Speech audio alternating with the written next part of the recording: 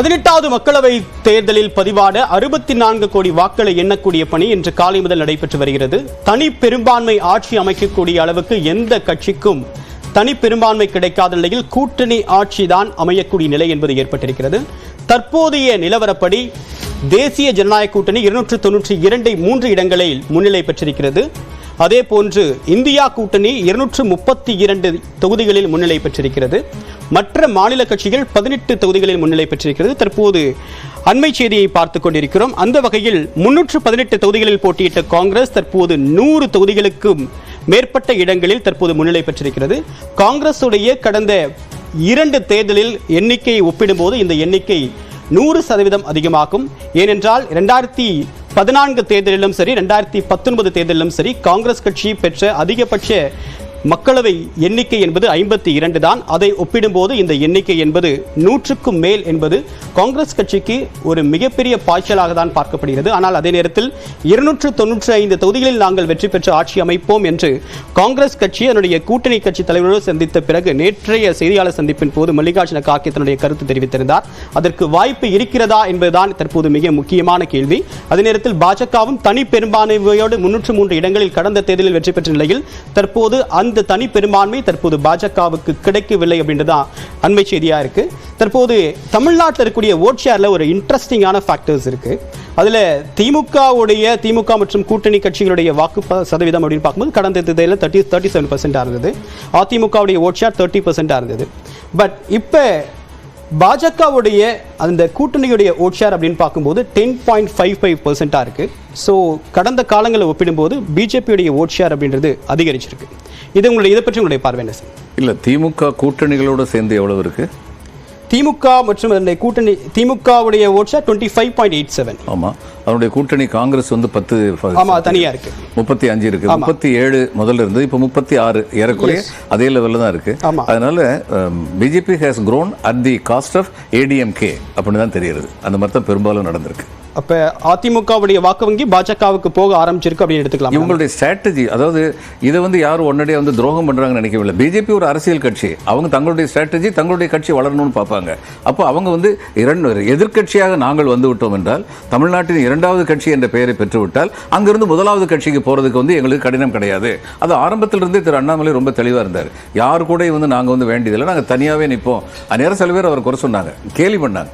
ஆனால் அந்த முடிவு வந்து சரியான முடிவு தான் அப்படின்னு இப்போ தெரியுது. 10 விழுக்காடுக்கு மேலே அவங்க வாங்கியிருக்காங்க அப்படிங்கிறது மற்ற கட்சிகள்லாம் கவனத்தில் கொள்ள வேண்டியது அப்படிங்கிறது முக்கியமான பாயிண்ட். ஆனால் 2011 இதே மாதிரி ஒரு ஸ்ட்ராட்டஜியை தேமுதிக ஃபாலோ பண்ணாங்க. அப்போ அவங்களுடைய ஓட் ஷேர் 6% இருந்தது. அப்போ அவங்க பிரதான எதிர்கட்சியாக அந்தஸ்து வரிசையில் அவங்க அமர்ந்தாங்க. அவங்க ஒரு கணிசமான 25க்கு அதிகமான இடங்கள்ல அவங்க ஜெயிச்சாங்க, அந்த வரிசையில் உட்கார்ந்தாங்க. ஆனால் இன்னைக்கு 10% ஓட் ஷேர் வாங்கியும் அது சீட்டாக கன்வெர்ட் ஆகல அப்படின்றது நம்ம எப்படி புரிஞ்சுக்கிறது?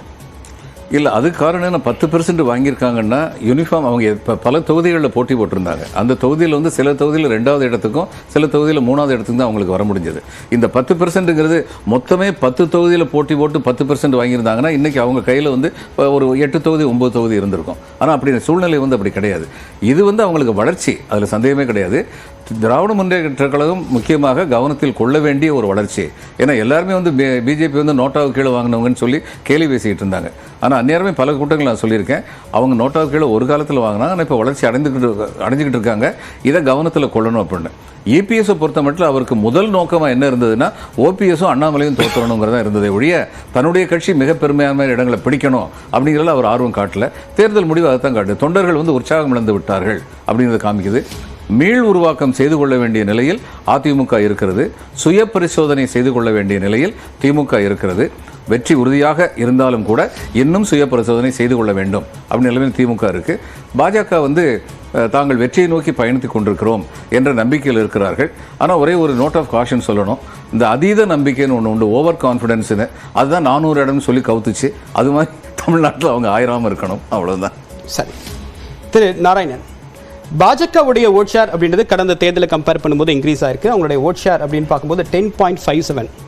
ஆனால் அதே நேரத்தில் நாம் தமிழர் கட்சி மற்றும் சுயேட்சைகளுடைய வாக்கு வங்கி அப்படின்னு பார்க்கும்போது 21.15. ஸோ இதை எப்படி பார்க்கறது? இல்லை, நீங்கள் எதையோ கம்பேர் பண்ணும்போது இன்னொன்றை வந்து ஒப்பிடுவது என்பது சரியாக இல்ல இருக்கும். சவால் நேருக்கு நேர் அவங்க 2 பேருக்குள்ள இருந்தது இல்ல. இல்லை அப்படிலாம் ஒரு சவால் யாரோ ஒருத்தர் வந்து சவால் விட்டாருன்றதுக்காக அந்த சவாலை நாங்கள் ஏற்றுக்கிட்டோன்றதெல்லாம் கணக்காயிடுமா? அதெல்லாம் வேண்டாம்.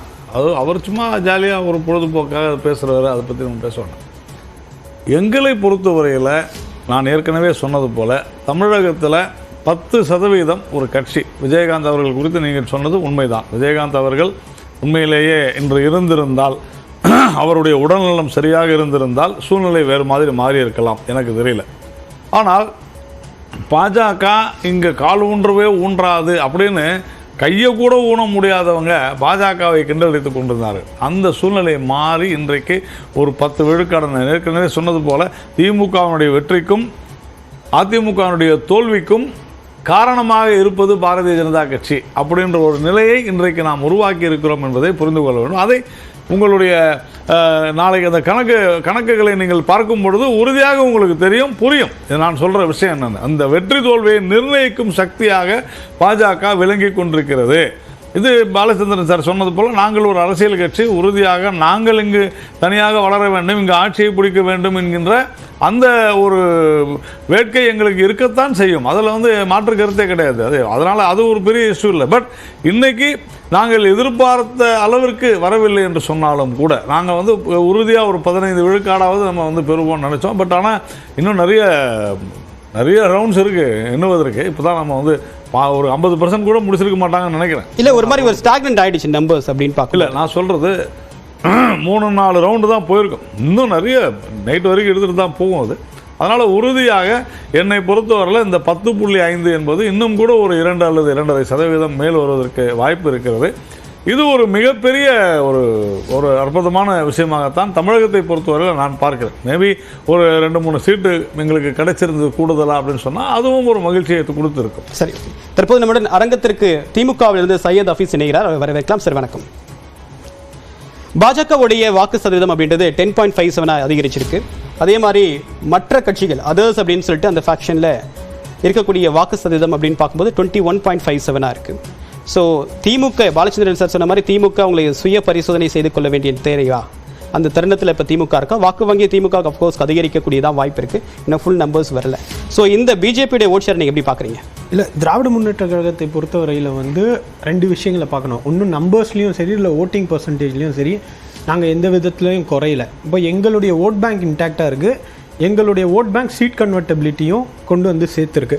அப்போ நாங்கள் நம்பிட்டு இருந்த எங்களுடைய தலைவருடைய 3 ஆண்டு கால ஆட்சியுடைய சமூக நல திட்டங்களுடைய பிரதிபலிப்பு களத்தில் தெரியுது. எங்கள் தலைவர் மீது மக்கள் வைத்திருக்கக்கூடிய நம்பிக்கை களத்தில் தெரியுது. நாங்கள் கொண்டு வச்ச அந்த சித்தாந்தம், அந்த கருத்தியலை மக்கள் ஏற்றுக்கிட்டு இருந்திருக்காங்கன்றது எங்களுக்கு ரொம்ப தெளிவாக புரியுது. இது வரையும் நடந்த நம்பர்ஸ்லேயும் இதுதான் தொடரும்னு கூட நினைக்கிறேன். இப்போ 40 காட்டுறீங்க. நாங்கள் ஆரம்பம் முதல் கொண்டு அதை தான் சொல்கிறோம். தமிழ்நாடும் புதுவையும் சேர்ந்து 40 தொகுதிகளும் பாஜகவுக்கு எதிராக நிறுத்துவோம் அப்படின்ற ஒரு வாக்குறுதியை எங்கள் தலைவர் கொடுத்திருந்தார். அந்த வாக்குறுதியை நாங்கள் நிறைவேற்றியிருக்கோம். ஆப்போசிஷனில் ஏன் கூடுது அப்படின்றது அதிமுக பரிசோதனை செய்து பார்க்க வேண்டிய விஷயமோ. அப்படி பார்த்தாலும் பாஜகவை விட அதர்ஸ் வந்து 21% இருக்காங்க.